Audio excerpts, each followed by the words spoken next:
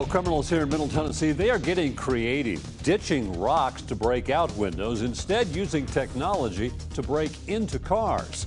Welcome to News 2 at 5. I'm Bob Mueller. Andy Cardan's been digging into this today. He joins us live in studio to explain just how it works. Andy? Hey Bob, some bad guys are using something called relay attacks to trick cars into unlocking their own doors and even starting their own engines.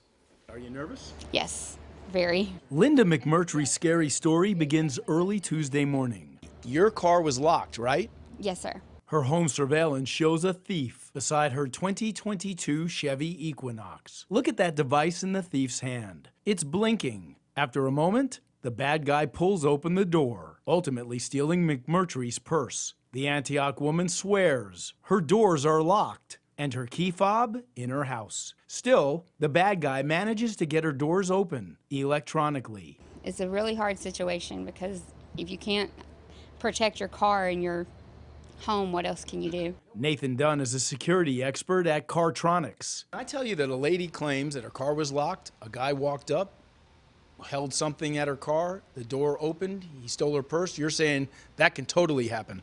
Oh, yeah, it's been happening for years, since vehicles have been coming with smart ignition systems, push-button start.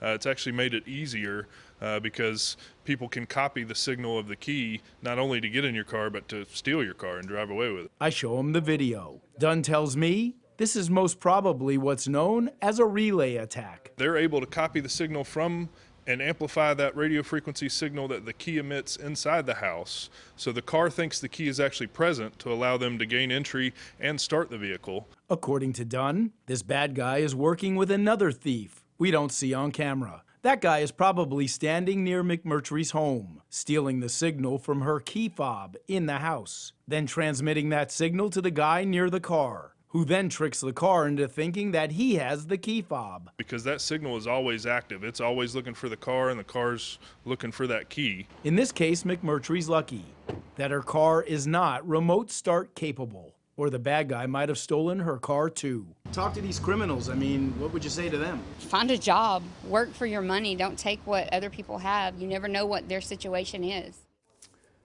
And I talked to Metro auto theft investigators who say they haven't seen a lot of this happening in the area yet, but they are closely examining Linda's case to make sure that it does not become a trend. Back